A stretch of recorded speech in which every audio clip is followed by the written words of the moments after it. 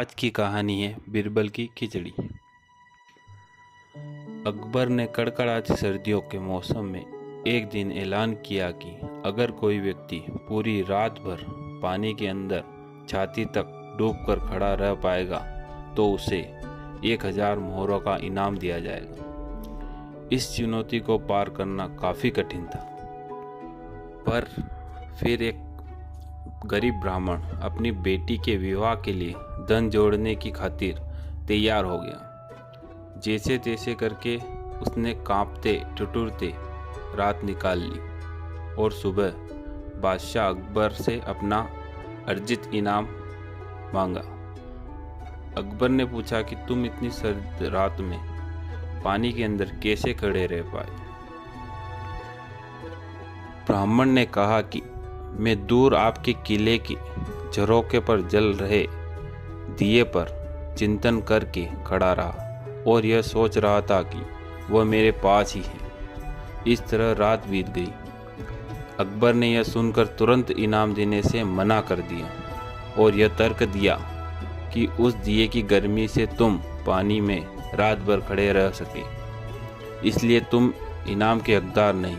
ब्राह्मण रोता हुआ उदास होकर घर चला गया। यह बात बीरबल सुन रहा था। बीरबल जानता था कि ब्राह्मण के साथ यह अन्याय हुआ है। उसने ब्राह्मण का हक दिलवाने का निश्चय कर लिया।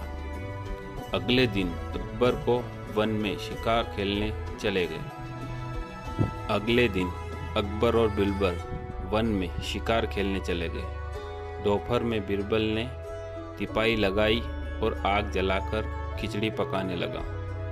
अकबर सामने बैठे थे। बीरबल ने जानबूझकर खिचड़ी का पात्र आग से काफ़ी ऊंचा लटकाया।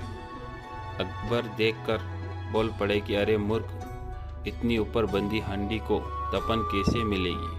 हांडी को नीचे बांध वरना खिचड़ी नहीं पकेगी। तो बीरबल ने कहा, पकेगी, जरूर पकेगी, खिचड़ी पकेगी, आप जी धैर्य रखें। इस तरह दोपहर से शाम हो गई और अकबर लाल पीले हो गए।